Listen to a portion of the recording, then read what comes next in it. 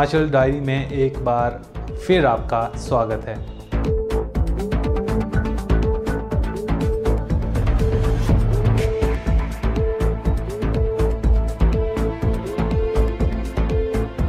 टौणी देवी में इन दिनों trade fair का आयोजन किया जा रहा है, जिसमें लोग जमकर खरीदारी कर रहे हैं। टौणी देवी में इस तरह के ट्रेड फेयर का आयोजन पहली बार किया जा रहा है। यह मेला 25 जून तक चलेगा।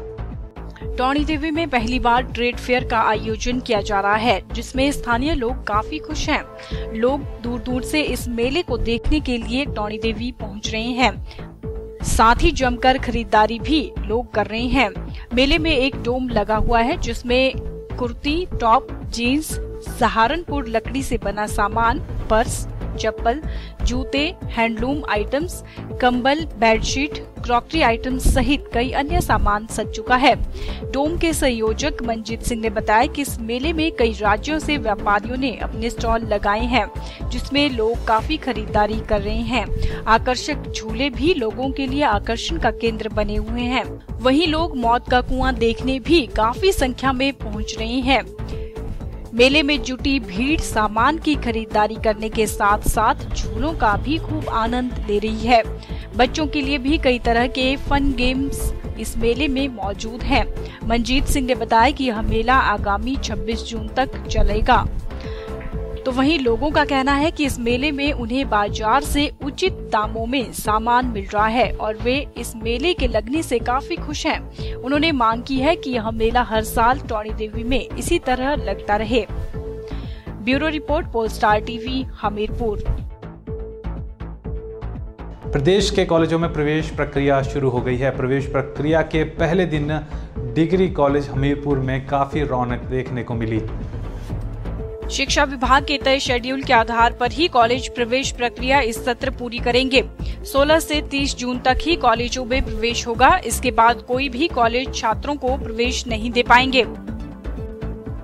डिग्री कॉलेज हमीरपुर के प्रधानाचार्य डॉक्टर हरदेव सिंह जम्वाल ने बताया कि कॉलेजों को 16 दिन जो प्रवेश के लिए मिलेंगे, उसमें प्रोस्पेक्टस छात्रों को देने के साथ ही फॉर्म जमा करवाने के लिए और मेरिट लिस्ट लगाकर फीस जमा करवाने की प्रक्रिया भी पूरी करनी होगी। उन्होंने बताया कि कॉलेजों के लिए तय शेड्यूल के तहत 16 जून से 23 जून तक छात्रों के फॉर्म जमा करने के लिए 24 से 27 जून तक का समय छात्रों की मेरिट लिस्ट लगाकर प्रवेश देने के लिए और 28 से 30 जून तक का समय छात्रों को प्रवेश की फीस जमा करवाने के लिए मिलेगा। इसी तय शेड्यूल के आधार पर प्रवेश कॉलेज में दिया जाएगा। इस सत्र जहां कॉलेज रूसा के पहले सेमेस्टर के लिए प्रवेश देंगे, तो वहीं प्रदेश के 12 कॉलेजों में वोकेशनल कोर्स के लिए भी प्रक्रिया शुरू होगी। 16 से 23 तक हम बच्चों के फॉर्म लेंगे और उसके ऊपर मेरिट लिस्ट बनेगी। फिर 24 से लेकर 27 तक इसकी मेरिट डिस्प्ले करेंगे और 28 से 30 तक उनकी फ़ीस जमा करेंगे। तो इस बार हमने साइंस स्ट्रीम में सेंट्रल काउंसलिंग कर रहे हैं। 16 से 23 तक फॉर्म कलेक्ट कर लेंगे और 24 तारीख को सेंट्रल काउंसलिंग होगी, जिसमें उनकी चॉइस के सब्जेक्ट दिए जाएंगे। तो आपके माध्यम से मैं बच्चों को ये अवगत करवाना चाहता हूँ कि 24 तारीख को काउंसलिंग में ज़रूर आएँ, जिसमें उनकी चॉइस के सब्जेक्ट दिए जाएंगे। अगर 24 तारीख को नहीं आते हैं फिर एडमिशन नहीं हो पाएगी।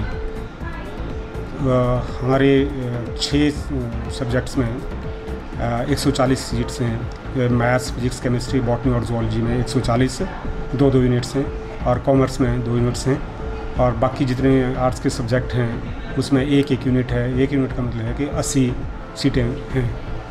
तो 5 तो साइंस में 140 सीट्स हैं, कॉमर्स में 140 सीट्स हैं। तो बच्चे आएँ और अपने फॉर्म जमा करवाएँ विद ऑल डॉक्यूमेंट्स और अपने पेरेंट्स को ज़रूर लाएँ। और इसके साथ ही हमारी इस बार MSc मैथमेटिक्स भी शुरू हो रही है। उसकी 40 सीटें हैं, सभी सब्सिडाइज्ड सीटें हैं और वो उसकी सेंट्रल टेस्ट जो HP यूनिवर्सिटी का है उसके आधार पर बच्चे अपना चॉइस हमीरपुर को दें। इसी तरह जो हमारे MA इंग्लिश है, MA हिंदी है, MA इकोनॉमिक्स है या MCOM है, उसकी भी सेंट्रल जो टेस्ट हुआ है उसके आधार पर एडमिशन होगी इन PG क्लासेस में। और BCA का हमारे 40 सीट्स हैं, जिसमें 30 सब्सिडाइज्ड हैं और 10 नॉन सब्सिडाइज्ड हैं। 20 जुलाई को 20 जून को उसका टेस्ट है, इंट्रेंस टेस्ट, और BBA का 19 तारीख को टेस्ट है, जिसकी 45 सब्सिडाइज सीट्स हैं, 15 नॉन सब्सिडाइज्ड हैं, और PGDCA का 14 जुलाई को टेस्ट होगा, जिसमें 15 सीट्स सब्सिडाइज्ड हैं और 15 नॉन सब्सिडाइज्ड हैं। तो हम एक्सपेक्ट कर रहे हैं बच्चों को साथ दे करके भी, और जिस तरह से हमने अरेंजमेंट किया है कि पिछले साल 4200 थे, इस बार 4500 क्रॉस करने चाहिए, और हमारे सारे पुख्ता इंतज़ाम हैं। बच्चों को भी समय समय पर नोटिस लगाते रहेंगे, वो उनके तक ये सहूलियत हो एडमिशन में, जो भी नई चीज़ होगी उनको बता दी जाएगी। और अभी मैंने सुबह स्टूडेंट ऑर्गेनाइजेशन से भी बात की, उनको बिठाया था कि वो भी बच्चों को ठीक तरह से गाइड करें और ठीक फॉर्म भरवाएं।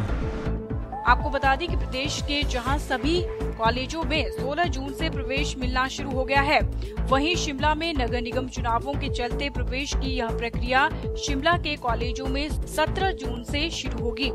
रूसा के तहत कॉलेजों में प्रवेश के बाद 1 जुलाई से शैक्षणिक सत्र की शुरुआत होगी। कॉलेजों में पहले, तीसरे और 5वें सेमेस्टर की कक्षाएं 1 से 12 अक्टूबर यानी कि 104 दिन चलेंगी। इन सेमेस्टर की 13 अक्टूबर से 12 नवंबर तक 31 दिन प्रैक्टिकल और परीक्षाओं के लिए मिलेंगे। 21 से 31 दिसंबर तक मूल्यांकन का कार्य पूरा किया जाएगा। इसके अलावा कॉलेज में दूसरे, चौथे और छठे सेमेस्टर की कक्षाएं 13 नवंबर से 20 दिसंबर और फिर 5 फरवरी से 10 अप्रैल कुल 103 दिन चलेंगी। Bureau report, pole star TV, Hamirpur.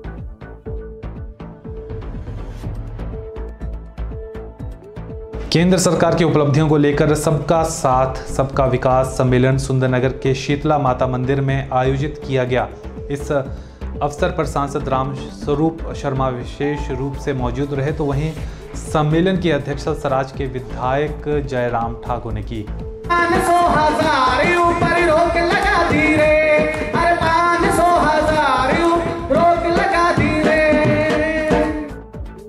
Sheetla माता मंदिर पहुंचने पर भाजपा कार्यकर्ताओं ने सांसद रामस्वरूप शर्मा का जोरदार स्वागत किया। वहीं इस मौके पर केंद्र सरकार की 3 साल की उपलब्धियों को भी LED स्क्रीन पर दिखाया गया।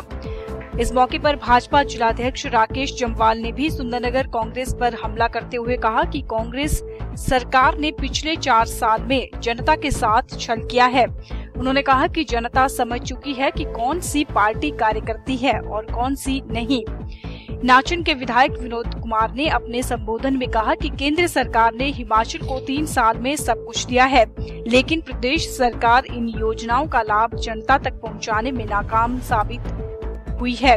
उन्होंने कहा कि आने वाले विधानसभा चुनावों के लिए कार्यकर्ता लोगों के घर घर जाकर केंद्र सरकार की उपलब्धियों का गुणगान करेंगे, ताकि भाजपा प्रदेश में 60+ का लक्ष्य हासिल कर सके।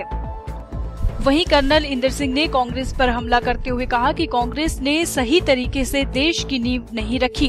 भारत के प्रधानमंत्री नरेंद्र मोदी ने 1 रैंक पेंशन देकर देश के फौजियों के लिए सबसे बड़ा तोहफा दिया है। वहीं कार्यकर्ताओं को संबोधित करते हुए सराज से विधायक जयराम ठाकुर ने कहा कि केंद्र में भाजपा सरकार की 3 साल की उपलब्धियों से देश प्रगति की राह पर आगे बढ़ रहा है। केंद्र सरकार द्वारा गरीबों के लिए चलाई जा रही योजनाओं जैसे कि उज्ज्वला योजना, सुकन्या योजना व मुद्रा योजना से लोगों को बहुत लाभ मिल रहा है। वहीं सांसद रामस्वरूप शर्मा ने कहा कि पूरी दुनिया जानती है कि भारत काम करके आगे बढ़ा है, धोखाधड़ी से नहीं। उन्होंने कहा कि केंद्र सरकार द्वारा 3 साल में इतनी उपलब्धियां हासिल की गई, जिससे पूरा विश्व भारत की ओर आकर्षित हो रहा है। देश आजाद हुआ, हम राजनीति करते आए थे, केवल राजनीति, और राजनीति कितनी थी कि अपने परिवार की चिंता, अपनी चिंता, अपने बेटे की चिंता। स्वतंत्रता के बाद हमारा देश इसी झूले में झूल रहा था। लेकिन जब से हमारी सरकार दिल्ली में बनी, नरेंद्र मोदी प्रधानमंत्री बने, आज राजनीति नहीं की जाती है, कर्म नीति की जाती है, जिसका दृश्य आपने देखा कि काम से भारत आगे बढ़ा है, कर्म से भारत आगे बढ़ा है। उन भाषणों से, उन धोखाधड़ी से आगे भारत नहीं बढ़ा है। Bureau report, pole star TV, Sundernagar. Bulletin के अंत में आपको दर्शन करवाते हैं मां चामुंडा के मंदिर के, ये मंदिर खास है क्योंकि यह मंडी जिला के द्रंग विधानसभा क्षेत्र के मसेरन नाम के गांव में है। काफ़ी दूर दूर से यहाँ पर लोग आते हैं और माता का आशीर्वाद लेते हैं। अपनी भाषा में जिसे हम जातर कहते हैं, इन दिनों उस जातर का दौर इन मंदिरों में चला हुआ है।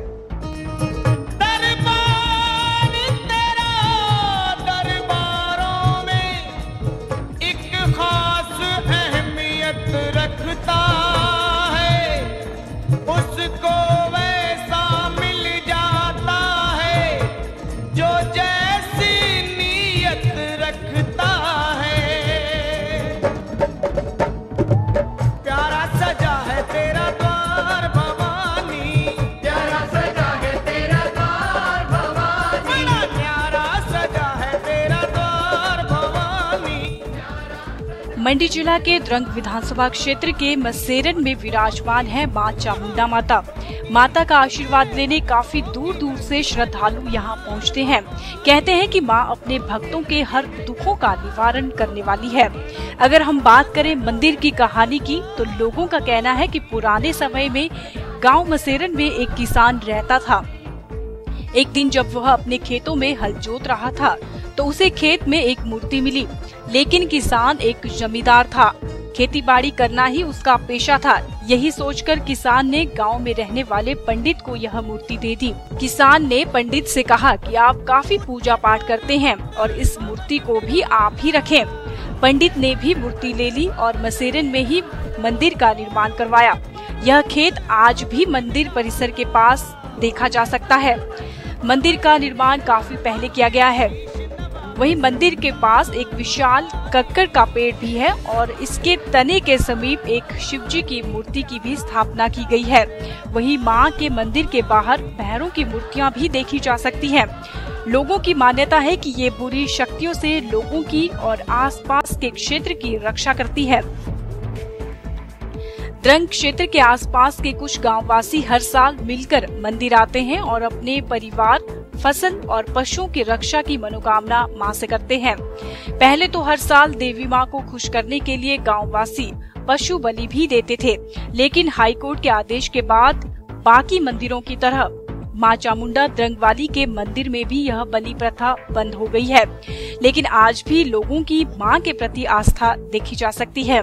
आज भी गांव के सारे लोग मिलकर मां के मंदिर आशीर्वाद लेने और परिवार की सुख शांति और रक्षा के लिए मंदिर पहुंचते हैं।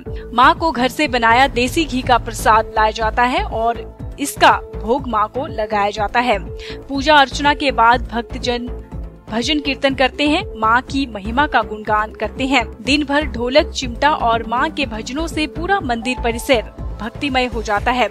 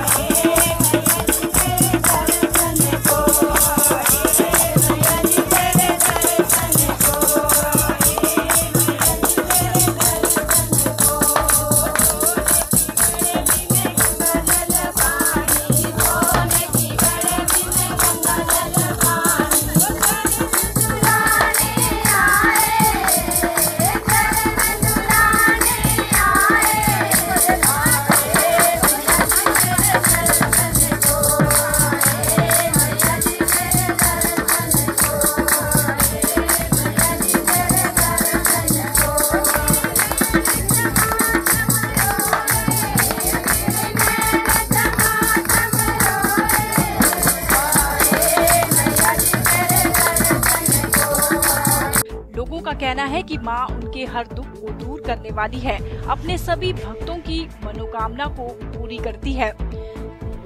लोगों का कहना है कि मां चामुंडा पूरे गांव की कुलदेवी है और यह पूरे गांव के लोगों की रक्षा करने के साथ साथ फसलों और पशुओं की रक्षा भी करती है। गांव के साथ साथ दूर दूर से मां के दरबार लोग मां के दर्शन और आशीर्वाद लेने पहुंचते हैं।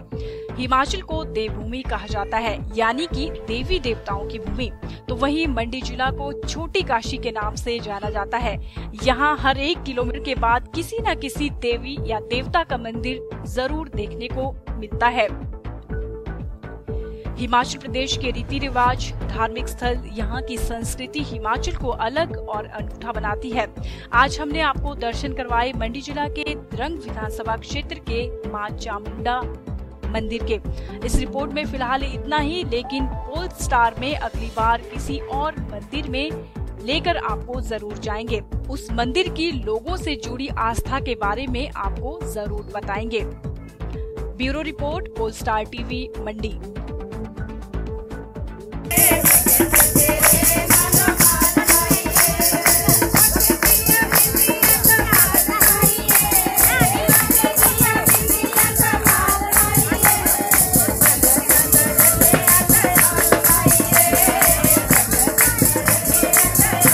चलिए आज के बुलेटिन में इतना ही। जाते जाते आपको मैं एक जानकारी दे दूं कि आप हमारा बुलेटिन YouTube के हमारे चैनल के ऊपर भी देख सकते हैं। YouTube पे आपको जाकर सर्च बॉक्स में जाकर टाइप करना है पोल स्टार टीवी, यानी POLESTAR और TV।